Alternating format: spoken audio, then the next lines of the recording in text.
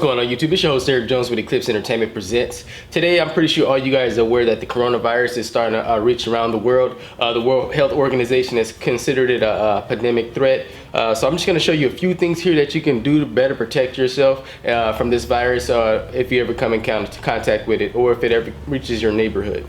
Alright, so first we're going to start off with the filters. The mask filters, you see a lot of people out there wearing those doctor masks and stuff along those lines. They leave the opening on the side and they say those don't really protect you from anything, obviously, because you're going to be getting the virus through the droplets of the spit or when you sneeze or cough, get seeping through there like so. So what they're trying to say is that you want to go with the N95s. I'm pretty sure all you guys know about that already. These N95 masks were cheap. I bought this box for 20 bucks on eBay and now they're for $100 for the same box. So there's a place you can go online. It's called Gloves and All. I'll put it on the bottom of the screen so you guys can see that. They raised the price just a tad bit, but you can still buy a box of 12 3M N95 masks for about 34 bucks. So that's definitely a good place to go check those out at. But saying that, these masks are definitely a go-to. I mean, they say they work 80% effectiveness. So that being said, this does get through your eyes, your nose, and your mouth. So you want to make sure you got all that stuff covered up. So you don't only want to just get the mask, you want to get some goggles or something along those lines. That is if there's a real threat in your neighborhood. Like I'm saying, if you really have to go outside. I know not everybody out there wants to look like a mad scientist when walking in the streets when wearing the goggles and the mask, but I'd rather be safe than sorry because this thing does kill. It kills people with a weaker immune system. So they're saying that it kills the old and the young, the people whose immune system can be compromised along those lines. And it can affect a younger person too as well if your immune system is down. You may not know if your immune system is down, so the best thing you can do to help keep your immune system strong is take vitamins, get plenty of sunlight, sleep, and eat healthy foods to keep you powered up and ready to go. But going back to this mask right here, you want to wear these masks properly. You do not just want to put these masks on and be touching all over them and stuff like that. They say, they recommend that you wear them one use only. So if you go out and about and you want to come back to your home, make sure you watch videos on how you take them off and decontaminate yourself.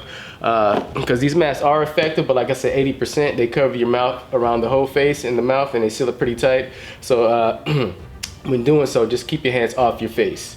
That's the main thing. Don't touch your mask unless it's time to take it off. And make sure the most important thing to keep you from getting this virus is your hygiene. Just make sure you stay clean. Wash your hands on the daily. If you go out and about, take your clothes off, put them in the washer, take a shower, stuff like that along those lines. Hygiene is the most important part when it comes to all this. Now we see the people out in China, they're being held in quarantine. That can be a pretty tricky situation. They don't want nobody outside. So if you're gonna be stuck in your house for a long period of time, it's best that you keep your house stockpiled with food, water, medical supplies, all the stuff you're gonna need to weather the storm. I mean, you can sit in your house. In my opinion, they say stock up 2 weeks for food. I think that's not safe to me. I'd rather have 6 months worth of food to a year and up. All right, then that's a safe peace of mind for myself and my family. 2 weeks and it's not enough. That can go by just like that, and there can still be a situation out there. As we can see, there's still a situation out in China, and it's been more than 2 weeks. Okay, so that being said, there's other avenues you can take. Now, if you have to go out and about and you want to better protect yourself, if you got like clothes on it and things along those lines, you have suits you can buy. Now here's a Dupont suit. It's got the Tyvek material. It's a very durable material. For the cost of this uniform, I believe it was like $8. You put it on your body. You got I forgot the hoodie over you, and you can put your mask on and your goggles, and you can put your gloves on, and you can go out and about with this on. But when you're out, if there's a virus out there in public and you're wearing this suit, do not bring this suit back into your house. This is a one-time thing. Take the suit off and you dispose of it somewhere outside of your home that says hazardous waste. That way people know when they walk past your house or whatever that to stay away from this area right here because it is hazardous and you don't want to infect them. All right, so just keep this outside of your house. Watch videos on how to take off these suits properly. That way you won't contaminate yourself while taking them off. All right. That being said, that's like a weaker line of defense when it comes to the suits. You have stronger suits here. This right here is the LC.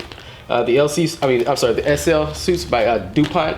These hold up to 120 chemicals it can protect you from. These are more durable suits, and you have the Q suits. Those are like the QCs are like 40 chemicals and stuff like that along those lines. But these suits are more durable. You can do a lot more running around and walking about. And it can be reusable, but like I said, I would just take this off and throw it away. I would not bring it nowhere near my home or inside my home when wearing it. Now, there's other ways you can protect yourself from these things, but if you're actually trying to get home or you're just trying to get away from a situation, you know you're gonna be running, you're gonna be out for a long period of time, you're gonna want something more durable. And that's where these chem suits may come in handy for you.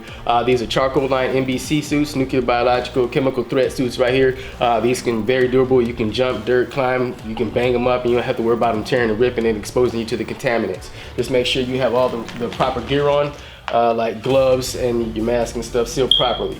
Now, a lot of people out there buying gas masks. Yes, gas masks, obviously something's better than nothing, but I'm hearing that the standard NBC filters, these NATO filters right here that you would get, they say that they won't work for this virus. So I don't know how true that is. You can let me know in the comments if that's true or not. They're telling me that you need to get the P3 filters, P1, the P2s, and the P3s. P3 being the better filter out of all those chemicals. If you don't know what they look like, they're like a silver filter, and they have like a green, yellow, and red like strap tapes around it, so you can see what they look like. And the P3 filters pick up, they stop smaller particles from reaching your mouth when they're going through the filter, and they help protect you from ammonia and stuff along those lines. So if you're gonna buy a gas mask, like an Israeli gas mask like you see here, or an MP5 or something along those lines, you want to make sure you get the right filter for each situation. Obviously, this is for nuclear, biological, and chemical. And if I'm wrong, just correct me in the comments. But they say you can go for the P3 filters. I'll pop that up on the screen so you can get an understanding of what that looks like for these gas masks, stuff like that along those lines. But like I said, something is better than nothing. A lot of people may say it don't work, but if it works for you, it works for you. If it's all you have, it's all you got. So if it's all you can afford, then it's all you can afford. I'm not trying to tell you what to do. I'm just trying to give you options here on things you can do to protect yourself and your family during a crisis. And here you have the these gloves right here go with the chemical suit. Like I said, this is a more durable suit. These suits, I'm gonna show you all this stuff, how they look wearing them here in a sec. But these suits are more durable. These gloves are more durable, obviously, than these gloves. So if you're in a real threat situation in a crisis, you want to put on something that's very durable, that's gonna protect you, so you can get your butt home or wherever you need to be to get away from that situation.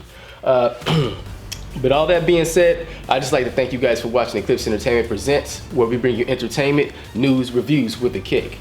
Till next time, God bless. But before I go, one more thing. For all my viewers on Conspiracy Network, if you like this content that you see here today, you can come down to Eclipse Entertainment Presents. I'll put it on the bottom of the screen for you so you can come and check it out. And all we do is do gun reviews, gear reviews, and stuff along those lines. Thanks for watching.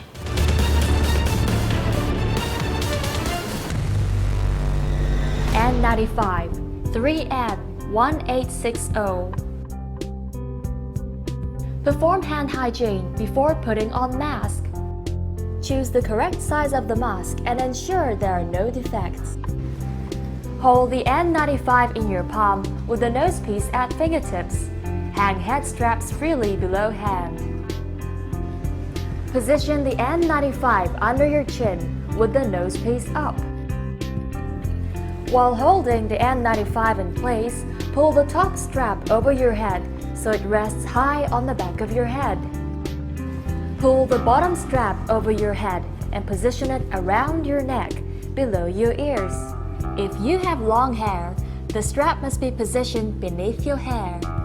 Untwist the straps. Position the N95 low on your nose.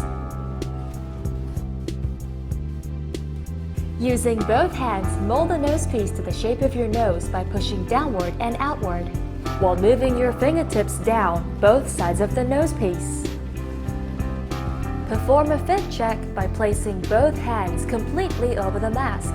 Be careful not to disturb the position, and exhale sharply. If air leaks around your nose, adjust the nosepiece as described in Step 5. If air leaks at the mask edges, adjust the straps back along the sides of your head. Perform fit check again if an adjustment is made. Wear the right size mask. Fit check is mandatory for all users of N95 mask and must be performed every time upon wearing. Perform hand hygiene after putting on mask.